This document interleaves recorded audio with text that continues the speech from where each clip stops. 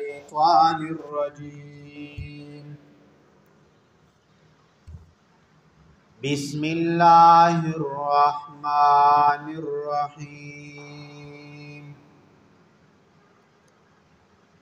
وقال الله تعالى في كلامه المجيد: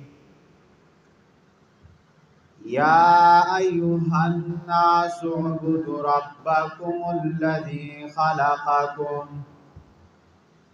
والذين من قبلكم لعلكم تتقون. الله تبارک و تعالی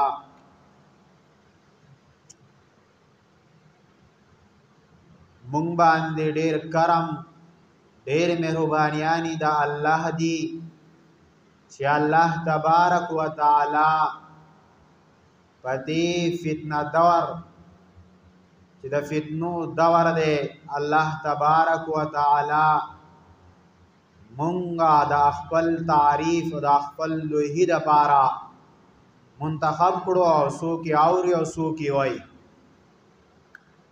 یقینا په دې وخت د فتنو نه ډک دی او الله تبارک و تعالی دا انسان بیا په انسان کې په مسلمان باندې د الله ډېر زیات مهربانيانی دي او ډېر زیات د الله احسان دی په مسلمانانو چې الله تبارک و تعالی هم د انسان باندې دا خپل عبادت توفیق ولا ورکی، دا خپل معرفت توفیق د اوریدو ولا ورکی او دا خپل لوهی بڑایلو اوریدلو توفیق ولا ورکی. دا د الله تبارک و تعالی لوی احسان دی په انسان باندې او په مسلمان باندې. دا ورځ دا د جمعې دا مشکات شریف کې حدیث راځي الله تبارک و تعالی دا ورځ دا اول يهود لور کړی و هغه د دې ورځ قدر و نکړه د دې ورځ داغو څه احسان د دې ورځ و نکړه. الله تبارک و تعالی دا ورځ انصارو ته منتقل کړه. انصارو هم د دې ورځ نه چې کوم دی نافرمانه شو او د دې ورځ څه قدر و نکړو نو الله تبارک و تعالی دا ورځ چې کوم دی دا ورځ مسلمانانو ته منتخب کړه او مسلمانان ولګېدل د دې ورځ قدر وکړو او د دې ورځې عزت وکړو نو الله تبارک و تعالی دا ورځ د مسلمانانو اختر وګرځو. ځکه یهودو هغو د جمعې په بدله کې اتوار ورځ خپل ځان د پاره په هفته کې یو ورځ د خوشحالۍ وګرځوله.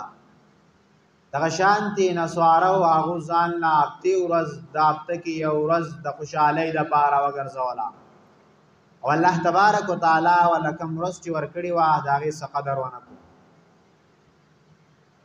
الله تبارک و تعالی په خپل کلام مجید کې فرمایي اول خدا دا چې الله مونږه پیدا کړیو نو څه دپاره پیدا کړیو. الله تبارک و تعالی دی دنیا ته دا انسان چې را لېږلو او د انسان پیدایش دی دنیا ته کو نو څه دپاره کو.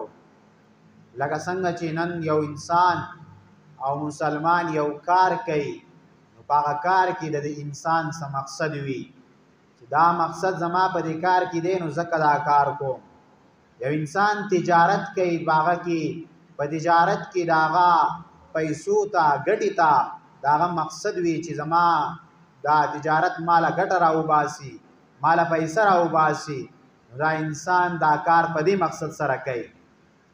الله تبارک و تعالی دا انسان چې پیدا کړي دا هم څه مقصد د پاره پیدا کړي بغیر څه مقصد نه دی.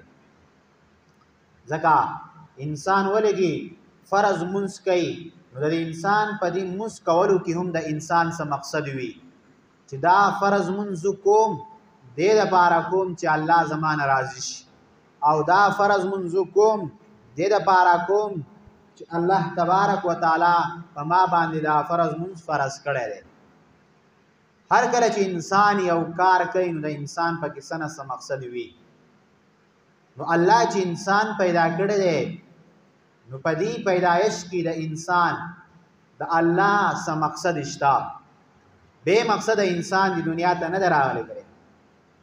نن چې انسانان نافرمان دي او بے فکر دي بے سوچ دي نو دې انسانانو ته حقیقي هغه زندگی مخکې شوی نه ده.